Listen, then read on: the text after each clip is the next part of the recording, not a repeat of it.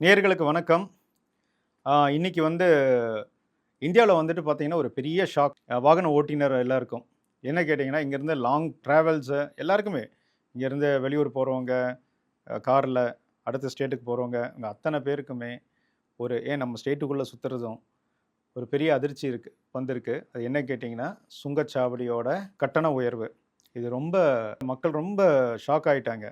உதாரணத்துக்கு என்ன கேட்டிங்கன்னா, இன்னைக்கு இருக்கிற நிலைமை கேஸ் தட்டுப்பாடு நடந்துட்டுருக்கு. அப்புறம் கேஸோட விலை வந்துட்டு வெளிய கமர்ஷியல் கேஸ் எல்லாம் வந்து ரொம்பவே ஏறிட்டுருக்கு.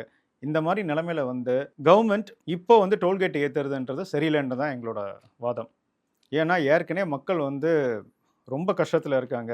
அந்த மாரி நிலைமையில வந்துட்டு இப்போ இத டோல்கேட் ஏத்துனா நீங்க ஏப்ரல் 1லிருந்தே ஏறிடுச்சு. அப்போ உங்களுக்கு கூடிய சீக்கிரம் வந்து எல்லாத்தோட விலைவாசியும் ஏற ஆரம்பிச்சுரும். ஏற்கனவே மக்கள் கஷ்டப்பட்டுட்டு இருக்காங்க. ஒரு பக்கம் அங்க வார் நடந்துட்டு இருக்கு. இங்க சிலிண்டர் கேஸ் கிடைக்கிறது இல்ல. அப்புறம் வேலைவாய்ப்பு இழந்துட்டு இருக்காங்க நெறைய பேரு. இந்த மாரி விஷயங்கள்லாம் இங்க நடந்துட்டு இருக்கும்போது, இந்த மாரி சுங்கச்சாவடி, சுங்க கட்டணம் தேவையா? இந்த கவர்மெண்ட் எப்ப வேணாலும், எத வேணாலும் பண்ணுவாங்க. ஆனா ஒவ்வொரு ஏப்ரலும் இத ஏத்துறது தான். ஆனா இந்த ஏப்ரலுக்கு அது ஏத்தணுமான்னு தான் இன்னைக்கு உலகமே வந்து பல பிரச்சனைகள்ல இருக்கு. அதுல நம்ம நாடு பல பிரச்சனைகள்ல இருக்கு. இது தேவையா? நமக்கு வந்திருக்கிற பிரதமர் அந்த மாரி இருக்காரு. மக்கள பத்தி யோசிக்கிறது கிடையாது.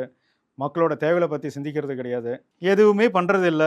என்ன பண்றது? டெய்லி இந்த மாரி ஒரு ஒரு அறிக்கை ஒவ்வொரு மாசமும் ஒரு அறிக்கை வந்து மக்கள வந்துட்டு பீதி அடைய வச்சுர்றாரு. ஏதாவது ஒண்ணு பேசிட்டு, அவர் பாட்டு காலத்த தள்ளிட்டே இருக்காரு. அப்படி ஒரு 13 வருஷம் ஓடிடுச்சு. அது ஜிஎஸ்டி, பணமதிப்பிழு, என்ன சொல்றது? டாக்ஸு, என்ன சொல்றது? எல்லாம் அப்படியே நீங்க எடுத்துட்டே இருந்தீங்கன்னா, அவரோட 13 வருஷத்துல எல்லாம் அப்படியே ஒரு டிசாஸ்டரா வந்துட்டே இருக்கு. எதுவும் ஒரு அச்சி தின்னுன்னு சொல்லுவாரு. அந்த அச்சி தின் வந்துட்டு இன்னி வரைக்கும் அச்சி தின்னாவே இல்ல. ஒண்ணும் சொல்றதுக்கு இல்ல. சுங்கச்சாவடி சுங்க கட்டணம் வந்து ஏறுனத பத்தி நம்ம பார்க்கலாம். இவங்க எதுலெல்லாம் ஏத்தியிருக்காங்க, எவ்வளோ ஏத்தியிருக்காங்கன்றத பார்க்கலாம். ஒரு சின்ன ஒரு இதுதான், பதிவு தான் அது. தமிழ்நாட்டில உள்ள 66 சுங்கச்சாவடிகள்ல சுங்க கட்டணம் ஏத்தியிருக்காங்க. ஏற்கனவே மக்கள் வந்துட்டு பார்த்தீங்கன்னா, இங்கேருந்து நம்ம இப்போ ஒரு 7, 8 டோல்கேட் தாண்ட வேண்டியதா இருக்கு. சில இடங்கள்ல போறதுக்கு. இப்போ அதுக்கே ரூ. 500 ரூ. 600 ஒரு ஒரு பக்கம் இருக்கு. திருப்பி வரதுக்கு ஒரு ரூ. 300, 400 இல்ல ரூ. 500 திருப்பி அதே ஒரு ரூ. 1000 நம்ம கட்ட வேண்டியதா இருக்கு. அ இது என்னத்துக்காக ஏத்துனாங்கன்ட்டு அவங்களுக்கு தான் தெரியும். மக்கள் தான் கஷ்டப்பட போறாங்க. அவங்க என்ன? அவங்களுக்கு அத பத்தி கவல கிடையாது. ஆட்சி ஆள்றவனுக்கு அத பத்தி கவல கிடையாது. இதுல வந்து 5 முதல் 7 விழுக்காடு வரை வந்து சுங்க கட்டணம் வந்து உயர்த்தப்பட்டிருக்கு. குறிப்பாக பார்த்தீங்கன்னா, 66 இடங்கள் ஆக்சுவலி தமிழ்நாட்ல. அதுல வந்து ஸ்ரீபெரும்புத்தூர், பரனூர், வானகரம், கிருஷ்ணகிரி, மதுரை, நாங்குநேரி, வாணியம்பாடி, விராலிமலை, கப்பலூர், கனியூர், ஆத்தூர், தேனி உள்ளிட்ட சாவடிகள்ல வந்து பார்த்தீங்கன்னா, கட்டணங்கள் உயர்த்தப்பட்டிருக்கிறது. கார், வேன், ஜீப் இது போன்ற வாகனங்களுக்கு எவ்வளோ ஏத்தியிருக்காங்கன்னு கேட்டிங்கன்னா, ரூபாய் 10லிருந்து 40 வரைக்கும் கட்டணங்கள் வந்து ஏற்றப்பட்டுள்ளது. என்ன ஒரு கொடுமை சார் இது! மக்கள் நீங்க தான் இதுக்கெல்லாம் வந்து பதில் சொல்லணும். வர தேர்தல்ல. அது உங்ககிட்ட தான் இருக்கு.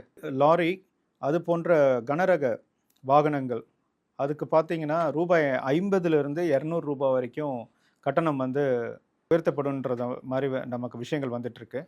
ஸோ, அது அந்த ரேஞ்சில தான் வந்து அவங்க அந்த உயர்த்த போறாங்க. ஏற்கனவே பார்த்தீங்கன்னா, பாவம் அவங்க. ரொம்ப லாங் டிஸ்டன்ஸ் நம்மளோட ப்ராடக்ட்ஸ் எல்லாம் எடுத்துட்டு போறது தேவைகளுக்கான மக்களுக்கு தேவையானதெல்லாம் அந்த பக்கம் தான் டிரான்ஸ்போர்ட்டேஷன் போயிட்டுருக்கு. இதெல்லாம் சுங்கச்சாவடியில ஒவ்வொரு இடத்துலயும் அவன் கட்டிட்டு வரானா, எந்த மாரி விலைவாசி ஏறும்னு பார்த்துக்கோங்க. ஒண்ணும் சொல்றதுக்கு இல்ல. இதுல வந்து பார்த்தீங்கன்னா, ட்ரக், அப்புறம் பஸ்ஸஸ், இந்த கனரகம், இதுக்கு வந்து பார்த்தீங்கன்னா, 50லிருந்து ரூ. 200 வரைக்கும். அப்புறம் மந்த்லி பாஸ் வந்து பார்த்தீங்கன்னா, 300லிருந்து 350. அப்புறம் ஆனுவல் பாஸ் வந்து பார்த்தீங்கன்னா, 3000லிருந்து 3075. இந்த மாரி எல்லாமே ஏற்றப்பட்டுள்ளது. இந்த சுங்க கட்டண உயர்வு. இதனால என்ன மாரி பிரச்சனைகள் வரும்னு கேட்டிங்கன்னா, அத்தியாவசிய பொருட்கள் எல்லாமே இப்போ இன்னொரு ஸ்டேட்லேருந்து இன்னொரு ஸ்டேட்டுக்கு கொண்டு வராங்க. அரிசி, பருப்பு, துவரம்பருப்பு, எண்ணெய் இந்த மாரி எல்லாம் உங்களுக்கு டிரான்ஸ்போர்ட்டேஷன் மூலியமா எல்லாம் லாரி மூலியமா தான் இந்த பக்கம் கொண்டு வராங்க. ஸோ இதெல்லாம் பார்த்தீங்கன்னா, இன்னொரு ஒரு சில நாட்கள்ல எல்லாத்தோட விலைவாசியும் ஏறிடும். மக்கள் என்ன பண்ணுவாங்க பாவம். என்னதான் இந்த கவர்மெண்ட் வந்து நினச்சிட்டு இருக்கு, எல்லாத்துக்கும் ஏத்திட்டு இருந்தா கொஞ்சமாச்சும் அவங்க யோசிக்கணும். ஏற்கனவே கிரைசிஸ் போயிட்டுருக்கு. என்ன மாரி கிரைசிஸ்? கேஸோட பிரச்சனை இப்போ தலை விரிச்சுட்டு ஆடிட்டு இருக்கு. அந்த மாரி நிலைமையில இருக்கும்போது அதான் விறகு வச்சுட்டு பண்றாங்க. அந்த விறகு விலையெல்லாம் ஏறி இருக்குன்றாங்க.